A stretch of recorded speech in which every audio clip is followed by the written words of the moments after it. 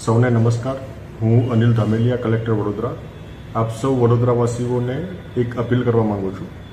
આજે સાંજે બંગાળની ખાડી તરફથી આવતું ડીપ ડિપ્રેશન એમની તીવ્રતા વધતી જઈ રહી છે અને ખાસ કરીને જ્યારે કોસ્ટલ ભાગમાં આવશે ત્યારે એમના મોઇશ્ચરના કારણે એમની તીવ્રતા ખૂબ વધારે થવાની શક્યતાઓ છે। ખૂબ તેજ ગતિથી આગળ આવે છે। એટલે આ કિસ્સાની અંદર વડોદરા જિલ્લાની અંદર ઘણા બધા ભાગોની અંદર ભારેથી અતિભારે વરસાદ પડવાની આગાહી છે। મોટાભાગે મોડી રાતના સમયથી લઈને આવતીકાલના સમય દરમિયાન આ આગાહી છે। એટલે આવતીકાલે ખાસ કરીને આપણે તકેદારીના તમામ પગલાઓ લેવા જોઈએ। વિશેષ કરીને પવનની ગતિ પણ આ ડિપ્રેશનની સાથે વધારે છે। એટલે 45થી લઈને 55 કિલોમીટર પર અવરની સ્પીડથી પવન પણ ફૂંકાવાની શક્યતાઓ છે। તમામ વડોદરાવાસીઓને મારી વિનંતી છે કે આગામી 24 કલાક દરમિયાન આપણા માટે વિશેષ કરીને સંકટ થોડું વધારે છે। એટલે આપ વિશેષ કરીને સુરક્ષિત સ્થાન રહો, આપ પોતે સુરક્ષિત રહો એ માટેના તમામ પ્રયાસો આપણે કરવાના છે। તમામ શૈક્ષણિક સંસ્થાઓમાં આપણે આવતીકાલે રજા જાહેર કરી છે।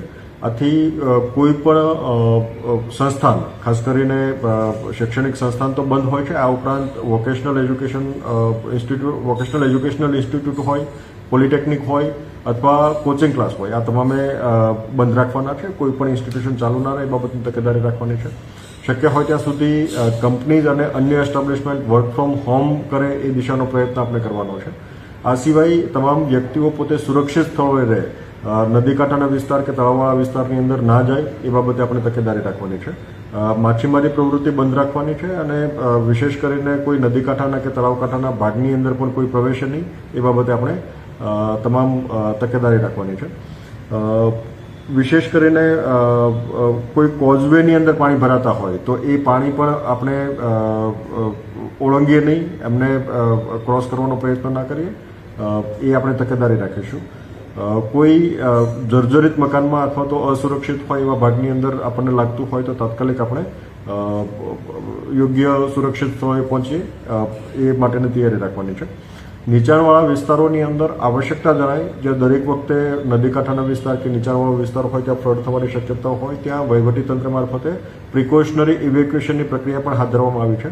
આથી આપ સૌને પણ અપીલ છે કે આમની અંદર એમને સહયોગ આપે, જરૂરિયાત લાગે ત્યાં શિફ્ટિંગ આપણે કરવું જોઈએ જેથી કરીને છેલ્લા સમયે કોઈ મુશ્કેલી ના પડે।